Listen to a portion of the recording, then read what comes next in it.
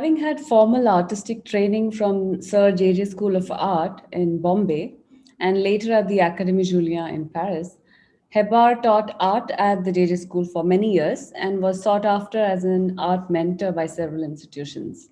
While his early works reflect an influence of the academic style, as can be seen in his paintings like Lady from Kerala, which is at the gallery at Manipal, he belongs to the generation of painters who allow themselves to be influenced by the world and try to grapple with an art world continually re enunciating the art process. His later travels across the world, especially to Europe and the Far East, including Japan, Indonesia, therefore had a significant influence on him and made him redefine his style, which became more globally encompassing, abstract, also symbolic. The portraits reflect a more intimate and personal mode of the artist's interaction with his contemporaries.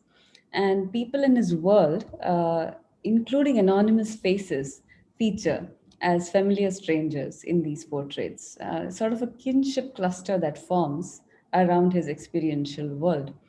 Where Hebbar's style evolved from the depictive towards the abstract, the major medium of his works in the end became oil on canvas, and it was also complemented by an equally robust body of work in the medium of line drawing, the style famously called the singing lines, attributed by the writer Mulk Raj Anand.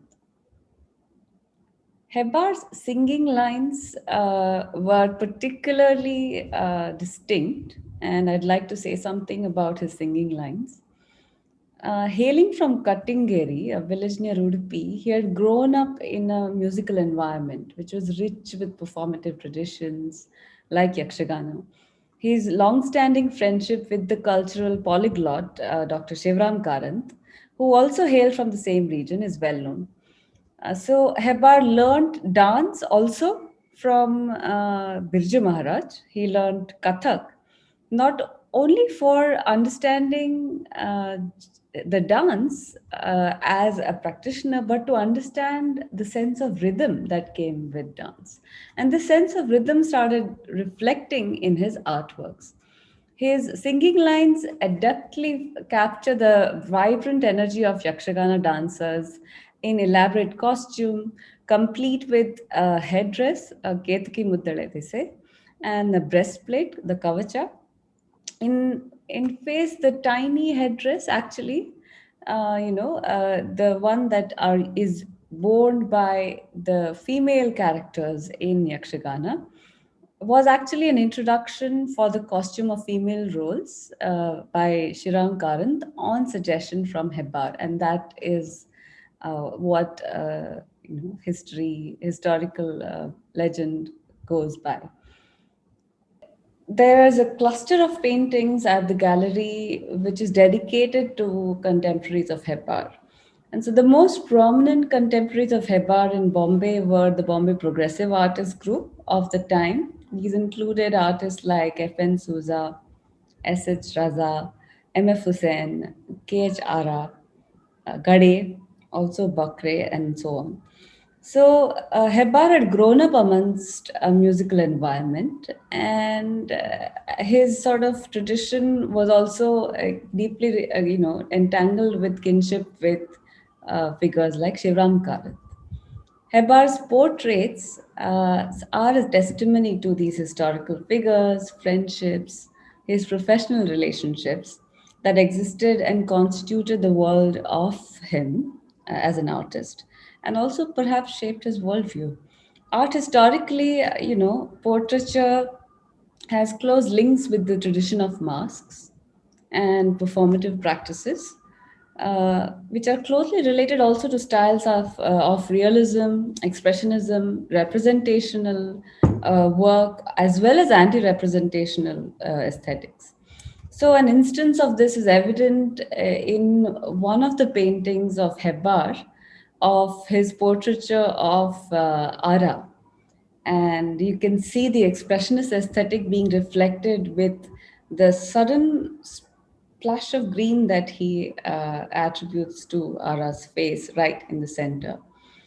And while some formal traditions of art criticism would maintain that the model in a portrait is a mere scaffolding on which the artist builds up form, others define it as perhaps a biography in a kernel. And so his portraits of his creative contemporaries reflect this very deep entangled web of the artist's kinship that formed and informed, you may say, his aesthetic.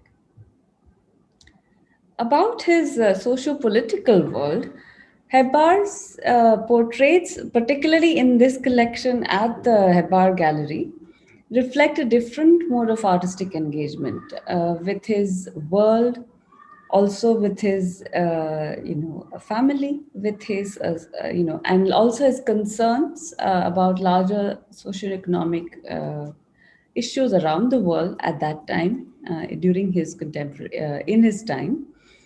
And so the artist's emergence is intrinsically linked to dedicated friendships and patronage that supports and makes possible his freedom and also his voice to come to the fore.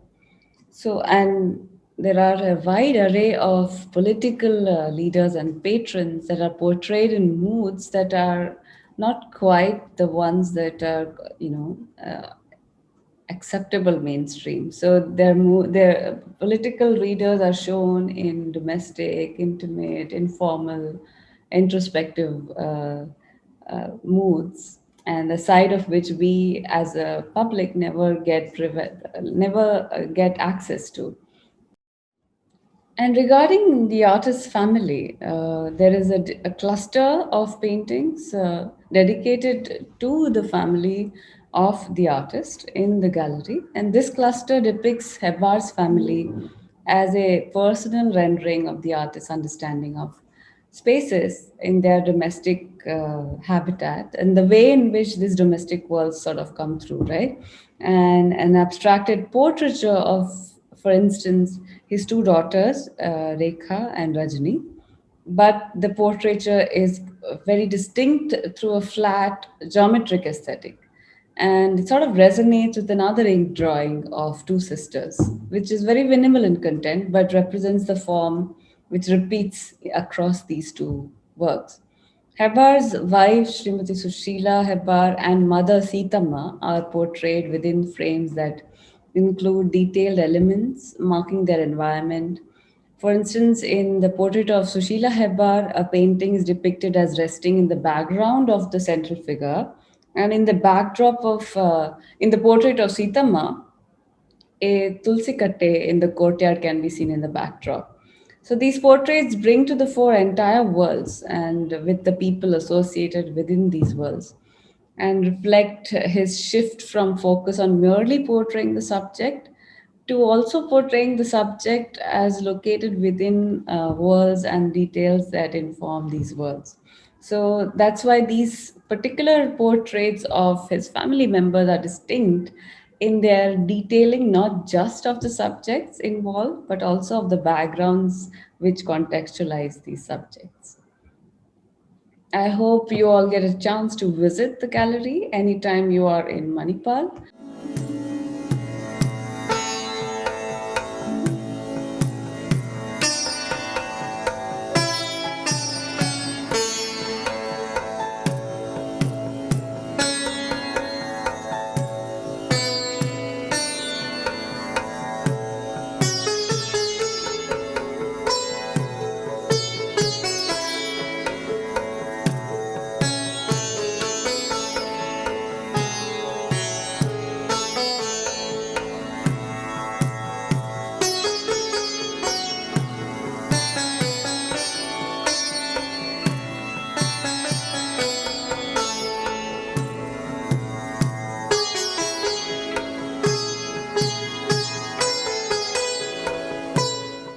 And also contribute to its sustenance, to its growth, so that the ecosystem around artistic practice, especially in centers that are not urban, that are not the cosmopolitan usual suspects, where such artistic traditions already are thriving.